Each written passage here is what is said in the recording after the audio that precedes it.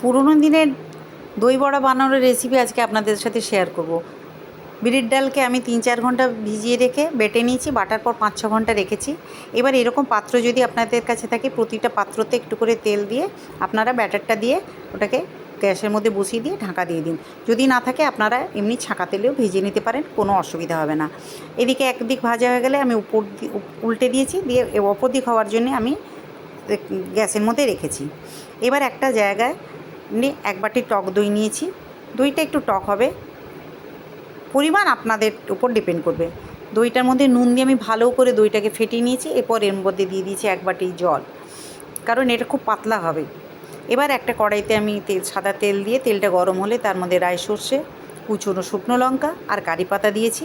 দিয়ে ওটাকে একটু নাড়াচাড়া করে আমি এই দইটার মধ্যে দেখুন মিশিয়ে দিয়েছি। দেখুন দইটা কিন্তু খুব পাতলা হবে। বড়াগুলো ভাজা হয়ে গেছে।